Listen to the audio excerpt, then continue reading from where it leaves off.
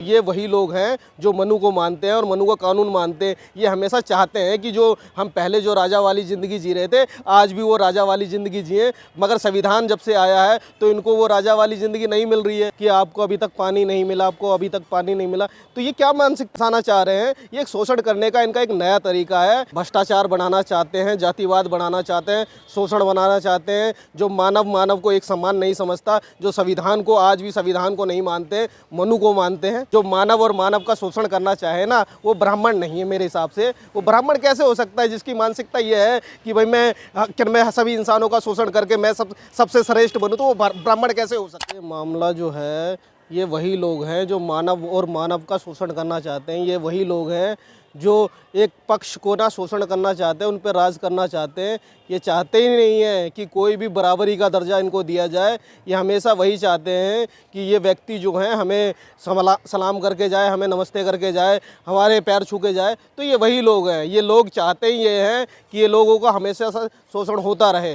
ये शोषण यही लोग कर रहे हैं। आप देखिए ना, उसके अंदर वो महिला ज़ोर ज़ोर से चिल्ला रही थी कि आपको अभी तक पानी नहीं मिला, आपको अभी तक पानी नहीं मिला। तो ये क्या मानसिकता दर्शाना चाह रहे हैं? ये एक शोषण करने का इनका एक नया तरीका है। ये यही दर्शाना चाह रहे हैं कि भाई तुम्हारे आने वाली पीढ़ियों तक अभी तक पानी नहीं मिला। तो ये इनकी मानसिकता अभी तक वही है। और उसके अंदर एक महिला को इन्होंने धक्का मार के नीचे गिरा दिया गया, उनके सर पे गंभीर चोट आई। तो क्या महिला कार्ड खेल रही हैं और ऊपर से जो महिला को घेरा गया है, उनके साथ जो पीड़ा हुई है, उनके बारे में क्यों नहीं बोलते हैं ये लोग? भ्रष्टाचार बढ़ाना चाहते हैं, जातिवाद बढ़ाना चाहते हैं, शोषण बनाना चाहते हैं। जो मानव को एक सम्मान नहीं समझता, जो संविधान को आज भी संविधान को नहीं मानते, मनु को मानते हैं। मनु को वो वही लोग मान रहे हैं जिनके मस्तिष्क में आज भी ये बसा पड़ा हुआ है कि हम सब श्रेष्ठ हैं और ये जो पूरे भारत के जो लोग हैं ये हमारे नौकर हैं। तो ये वही लोग हैं जो मनु को मानते हैं और मनु का कानून मानते हैं। ये हमेशा चाहते हैं कि जो हम पहले जो राजा वाली ज़िंदगी जी रहे थे, आज भी वो राजा वाली ज़िंदगी जिए।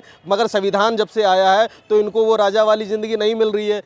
दिमाग में जो एक कीड़ा उठा हुआ है कि भाई आज भी हमारे को राजा वाली ज़िंदगी दी जाए और आज भी हमारे को उनके राजा वाला सम्मान दिया जाए। तो संविधान में नहीं है ना। संविधान में तो जिसको भाई चुन के आएगा वही राजा बनेगा।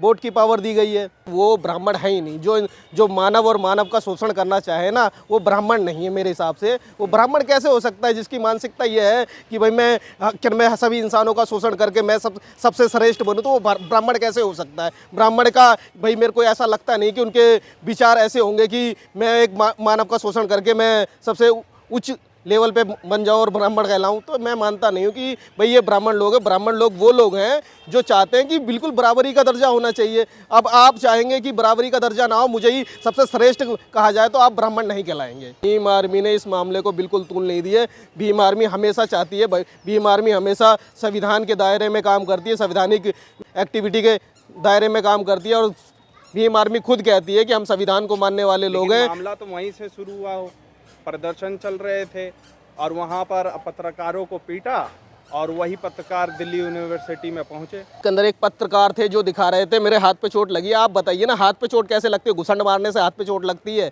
आप सोचिए, उन्होंने ऐसी एक्टिविटी करी है, वहाँ पे आतंकी माहौल फैलाया है। अगर उनके चोट लगती तो मुंह पे लगती ना, गर्दन पे लगती, छाती पे लगती।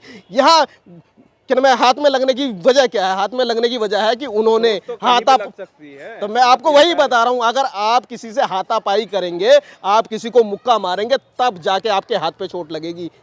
समझ गए मेरी बात को? क्योंकि ये आतंक फैलाना चाहते हैं। ये वही लोग हैं। ये चाहते हैं कि भाई आज भी जो संविधान संपूर्ण रूप से चल रहा है, वो संविधान को नहीं, ये दोबारा से मनु को लागू करने की कोशिश में है। ये आज भी चाहते हैं कि मनु लागू हो।